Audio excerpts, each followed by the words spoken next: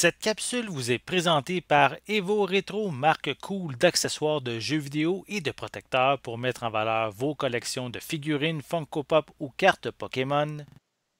Bonjour, Gilles ici pour Ciné Techno et aujourd'hui je vais vous présenter le coffret en Blu-ray et 4K de The Northman ou L'Homme du Nord en version française. Il s'agit en fait du troisième film de Robert Eggers, qui est un réalisateur qui a, euh, qui a impressionné dès son premier long métrage en réalisant The Witch il y a quelques années. C'est un film d'horreur d'ambiance médiévale assez marquant quand même, euh, qui se passait dans le fond aux États-Unis. Le deuxième film de Robert Eggers a également fait beaucoup parler. Il s'agit de Lighthouse avec Robert Pattinson et Willem Dafoe. Euh, donc, il nous revient avec ce troisième film. La différence ici, c'est que les deux premiers films de Robert Eggers étaient plutôt à petit budget, avec par exemple un ou deux lieux. Et ici, il semble-t-il qu'il a eu du budget. Donc, il a eu un budget de, je pense, autour de 70-80 millions de dollars. Donc, bon, c'est pas un budget à la Marvel, mais ça reste quand même un budget assez conséquent. Donc, on a très hâte de voir, évidemment, qu'est-ce qu'il va pouvoir faire avec des moyens plus imposants. Semble-t-il qu'il reste assez fidèle à lui-même, c'est-à-dire que l'histoire reste assez sombre. Il s'agit d'une histoire de vengeance, de vikings qui cherchent à se venger. C'est inspiré d'une histoire qui a été écrite, je pense, au 13e ou 12e siècle. D'ailleurs, le scénario est coécrit par Robert Eggers et par comment il s'appelle, par Zion, qui est un artiste, auteur-poète, qui a travaillé d'ailleurs beaucoup avec la chanteuse Björk. Euh, le film met en vedette Alexander Skarsgård, Nicole Kidman, Anna Taylor-Joy, d'ailleurs qui a été révélée dans The Witch. Il y a aussi des petits rôles de Ethan Hawke, Björk justement, et Willem Dafoe. Donc, tout un casting, évidemment.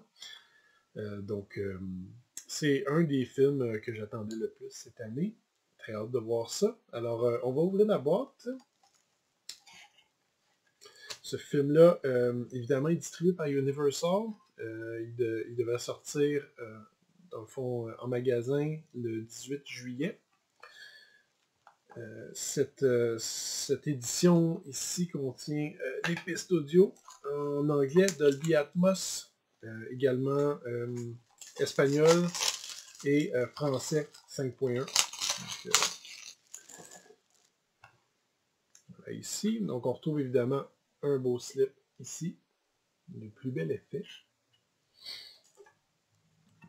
Donc voilà de quoi ça a l'air. On va ouvrir ça ici. On retrouve évidemment le code digital pour une copie digitale du film. Et à l'intérieur, on retrouve le film donc en Blu-ray ainsi qu'en 4K Ultra HD. Donc le disque, je vais vous le montrer, il est quand même assez joli, une belle petite image. Une belle petite image qui reprend tous les personnages du film. Donc normalement, on devrait retrouver sur cette édition plusieurs suppléments quand même. Fait assez cocasse sur le slip ici, ils ont l'air d'avoir manqué un petit peu de place, donc la deuxième ligne qui détaille les suppléments, tous les caractères sont collés ensemble, donc on dirait presque du viking quand on lit ça rapidement.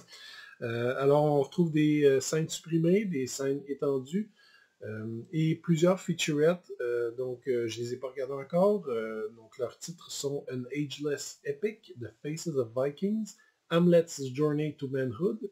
D'ailleurs, le personnage principal s'appelle Hamlet.